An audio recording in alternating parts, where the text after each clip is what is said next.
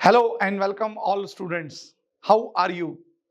I hope you are keeping yourself safe, well and good state of health. In the previous few classes, we discussed the one of the largest unit of class 11, that is chemical bonding. But now the unit is over, theory is completed, and in the today's session, I will show and we will solve moreover previous year's question. So those questions which came in the examination from this topic in the previous years of IIT entrance examination and medical entrance examination, that we will discuss now. So come, let us see which questions came from this topic in previous year's examination. So students, as we discussed the entire chapter, and now it is time to solve few questions which came in the previous year examination. So in this class, we shall discuss few questions which already came in the previous year examinations. So question number first, which is in front of us, it says the structure of IF7. What is the structure of IF7? Now we know that iodine belongs to 7th A and it has 7 unpaired electron in the outer shell, and these 7 electrons are bonded with fluorine separately.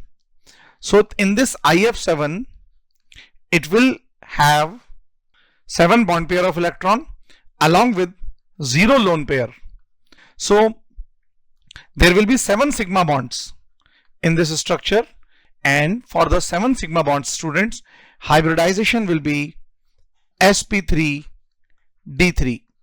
Now we studied in the valence shell electron pair repulsion theory, we already discussed that for sp3d3 hybridization, shape is pentagonal, where 5 fluorine atoms are present at the apex of a regular pentahedron and 2 fluorine atoms, one is above the plane and the another one is below the plane.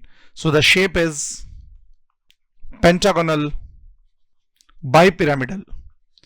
This shape is, students, pentagonal bipyramidal, and second is the right answer of this question. All right, so correct answer of this question is option number 2. Now another question which came in joint entrance examination mains paper 2011, IIT JEE 2011. It says among the following the maximum covalent character is shown by the compound. So out of these, which compound show maximum covalent character? Now let us discuss about the covalent character. See students, as we discussed in this unit, covalent character are directly proportional to the polarization, is directly proportional to the polarization, or is directly proportional to the polarization power of cation. It is directly proportional to the polarization power of cation, and students, polarization power of cation is proportional to the amount of charge, which is magnitude, and also proportional to 1 upon size of cation. Here in this example, we are not discussing anion. Do you know why? Because anions are same in all 4 options. So what will play different role here is cation. Here cation is aluminium plus 3. Here cation is Mg plus 2. Here cation is Fe plus 3. Here cation is Sn plus 2. So there are different kind of cations which are present here. And you see, for aluminium, charge is maximum. It is plus 3. So polarization power of aluminium will be maximum. And out of these, it is Fe plus 2 actually, because it is FeCl2. So out of these 4 options, this Al plus 3 or AlCl3 will have maximum polarization power, and Because of this polarization, there will be more covalent character. So the maximum covalent character will be in option number 1, which is AlCl3. Now the another question. It says, which of the following has maximum number of lone pairs? Students, what are lone pair? These are those pair of electron which do not participate in bond formation. See, in 𝕆𝕋𝔼3, this is the structure. So it has one lone pair. 𝕆𝐹4, my dear students, xenon has 8 electrons in the outer shell, out of which 4 electrons are bonded with fluorine, and these two are lone pair. So there are 2 lone pair. While in 𝕆𝐹6, xenon again has 6 electron like this and 2 electron like this, total 8 electrons in outer shell, out of which 6 electrons are bonded with different fluorine atoms. So there will be just one lone pair. What about 𝕆𝐹2? In 𝕆𝐹2, again, total 8 electrons in outer shell. Out of these 8 electrons, 2 are attached with fluorine. So this is lone pair, and another lone pair. There are 3 lone pair. So here there will be 3 lone pair of electron. 3 lone pair. And because of this 3 lone pair, number of lone pair is maximum in 4th option. So right answer of this question is option number 4. Now this question says the number and type of bonds between the carbon atom in calcium carbide. What molecule is given? Calcium carbide. So students, what is calcium carbide? It is CaC2. Calcium carbide is CaC2. In the calcium carbide, there is a calcium plus 2 plus C2 minus 2. This is the structure of calcium carbide. Calcium plus 2 and C2 minus 2. Now in this C2 minus 2, what is the structure? If you further elaborate the structure of this, it is actually like this. C2 minus 2. In triple bond, how many sigma bonds are there? Everybody knows that in triple bond, there is 1 sigma plus 2 pi bond. So the right answer of this question will be option number 1, which is 1 sigma and 2 pi bond. So right answer will be option number 1, 1 sigma and 2 pi bond. This question is very good question. It was there again in IIT JEE Mains 2012. It says orthonitrophenol. Before you further proceed this question, let me tell you what is orthonitrophenol. This is phenol, and if nitro group is attached, this is paranitrophenol. If nitro group is attached to the ortho position, then this is called as orthonitrophenol. So it says orthonitrophenol is less soluble in water than para and metranitrophenol. So what is paranitrophenol? This is paranitrophenol. And what about the meta one? This is the metanitrophenol. This is ortho, para and meta. So this orthonitrophenol is less soluble in water, while these other two, paranitrophenol and metranitrophenol, are soluble in water. Reason of this question lies in their structure. Now first let me tell you structure of these orthonitro and paranitrophenol and what is the outcome of the position of these species. Now in this, you see students, in this molecule which is orthonitrophenol, this oxygen comes very close to this hydrogen. Because of its geographical location, there is a formation of H bond between them. There is an existence of H bond between them, which is intramolecular. intramolecular H bond exists within molecule. But this kind of H bond is not possible in this para-nitrophenol. See, in the para-nitrophenol, this intramolecular H bond is not possible because these two groups are at the opposite end from each other. So geographically, they cannot combine with each other now. So in this molecule, which is para-nitrophenol, this para-nitrophenol, intramolecular H bond will not be there, and there will be intermolecular H bond. The same goes with the metanitrophenol. So for orthonitrophenol and metanitrophenol, there is an existence of intermolecular H bond. Now you see the options of this question. It says orthonitrophenol is less soluble in water than para and metanitrophenol because option number 1, melting point of orthonitrophenol is lower than those of meta and para. Orthonitrophenol is more volatile in steam.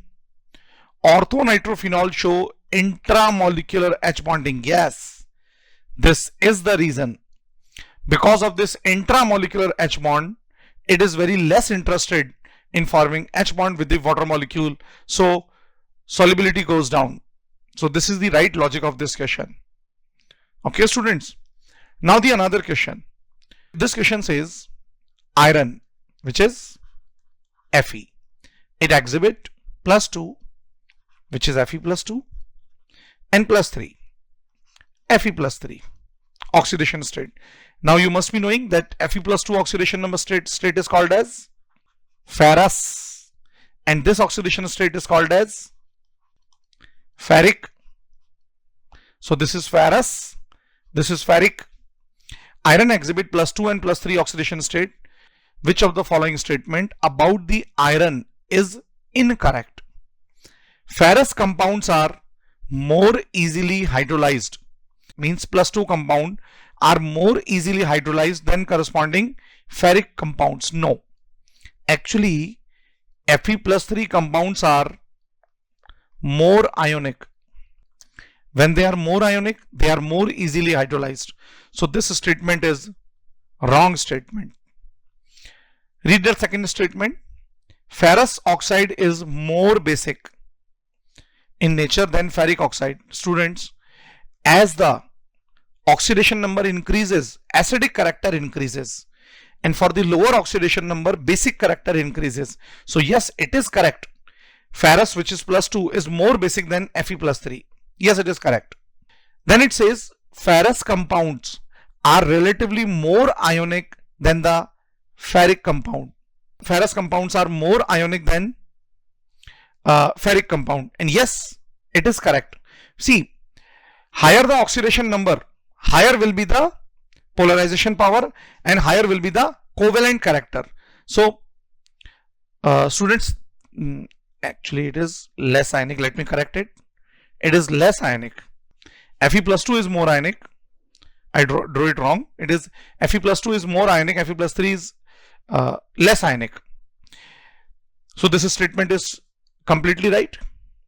Ferrous compound are less volatile than the corresponding ferric compound, and yes, this statement is also correct. So now it makes sense. Only first statement is wrong. So our right answer, which is in this question incorrect option, is being asked. So the right answer is option number 1.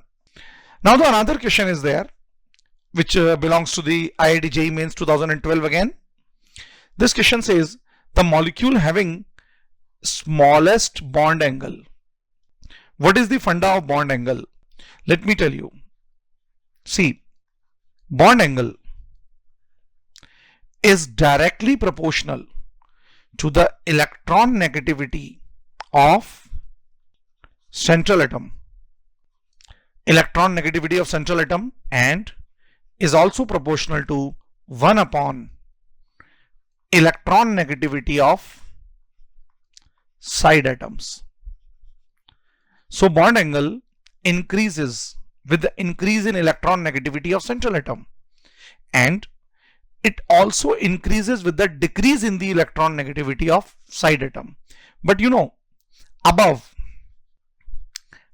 is true only if hybridization is same and number of lone pair are also same. If this is valid, if this holds true, then the above funda is right. Then yes, you can say bond angle is directly proportional to the En of central atom and proportional to the 1 upon En of side atom. Now you can say this, yes, it is correct now, right? So now in this question, what are the options? PCl3, NCl3, AsCl3, SbCl3. They all belongs to one family, nitrogen family, 5th A. We know when we go down the group, in any family, as we go down the group, electron negativity decreases. And students, when electron negativity decreases for the central atom, because side atom are same here, bond angle also decreases. So the minimum bond angle, students, the smallest bond angle, the minimum bond angle will be of SbCl3. For minimum electron negativity, its bond angle will be minimum. All right. Now the another question. Which one of the following molecule is expected to exhibit diamagnetic behavior? What is diamagnetic? What do you mean by diamagnetic? Diamagnetic simply means all electron paired, means no unpaired electron. No unpaired electron. What about paramagnetic? What about paramagnetic? These are those in which unpaired electron are present. All right. So in this, S2 is paramagnetic, O2 is well-known paramagnetic. The diamagnetic behavior here, it will exhibit by C2 molecule as per its molecular orbital theory. See, how many electrons are there in C2? 12 electrons. Now if you do the MO diagram, you know these orbitals? Sigma 1s, sigma star 1s, sigma 2s, sigma star 2s, pi 2px, pi 2py, sigma 2pz, pi star 2px, pi star 2py, sigma star 2pz. Now if you will fill electron, how many electrons are there? 12 electrons. Now we will start filling electron. 1, 2, 3, 4, 5, 6, 7, 8, 9, 10, 11 and 12. Now you see all electron paired. When all electrons are paired, students, it will behave as diamagnetic species with a no unpaired electron. Another question says, in which of the following pair of molecule or the ions both the species are not likely to exist? Which means in which option both these species do not exist? So now I am asking you a question. When species do not exist, for species not to exist, bond order should be lesser than 1. If bond order is lesser than 1, species will not exist. Now you see in this option, H2, here bond order is 0.5 and He2 bond order is 0. When bond order is 0 and 0.5, according to the molecular orbital theory, this species will not exist. So the right answer is option number 4. Again, the question is there from molecular orbital theory. What is the order of the stability of Li2, Li2 minus and Li2 plus? What is the order, increasing order of the stability? So stability order is judged by the molecular orbital diagram and moreover bond order. Greater the value of bond order, greater will be the stability. And if in case, see, stability is firstly proportional to bond order. Higher the value of bond order, yes, of course, higher will be the stability. Now, if bond order is same, what happens when bond order is same? My dear students, when bond order is same, then stability is proportional to 1 upon number of electron in anti-bonding molecular orbital, ABMO. But this funda is applicable only if bond order is same. So when bond order is same, stability is inversely proportional to the number of electrons in ABMO. Now, according to these two formulations, the correct order of their stability will be least stable is Li2 minus, then Li2 plus, and Li2 molecule will be possess highest stability out of these. So third will be the right answer. Now question number 11. Which of the following is wrong statement? Which one is not correct? Ozone molecule is bent. Yes, it is correct. This is the shape of ozone. So yes, it is correct. Ozone molecule is bent shape. Ozone is violet black in solid state. No, students, this is absolutely wrong. Ozone is diamagnetic gas. Yes, it is correct. First is also correct. Third is correct. ONCl and ONO are isoelectronic. Yes, it is also absolutely correct. So the only wrong statement here is option number 2. Ozone is violet black in solid state. All right. Now another question. Which one of the following properties is not shown by NO? What is NO? Nitric oxide. The first option says it is diamagnetic. We studied few moments back. What is diamagnetic? No unpaired electron in gaseous state. My dear students, this option is absolutely wrong. This is absolutely wrong. Why it is absolutely wrong? Because NO, if you calculate total number of electron in NO, nitrogen is having 7 electrons total and oxygen is having 8 electrons. So there are 15 electrons total, which cannot be paired in any case. You cannot pair 15 electron by any method. Now, no matter what you do, what kind of arrangement you have, but you can never pair all 15 electrons. So there will be presence of unpaired electron. And if unpaired electron is present, it is paramagnetic instead of diamagnetic. So this option is absolutely wrong. So this property is not shown by NO. First is the right answer of this question. Now the next question is the correct statement for the molecule CSI3. How this molecule is formed? CSI3. It is a covalent molecule? No, it is. You have to find out the correct statement. This statement is wrong statement. Why it is wrong?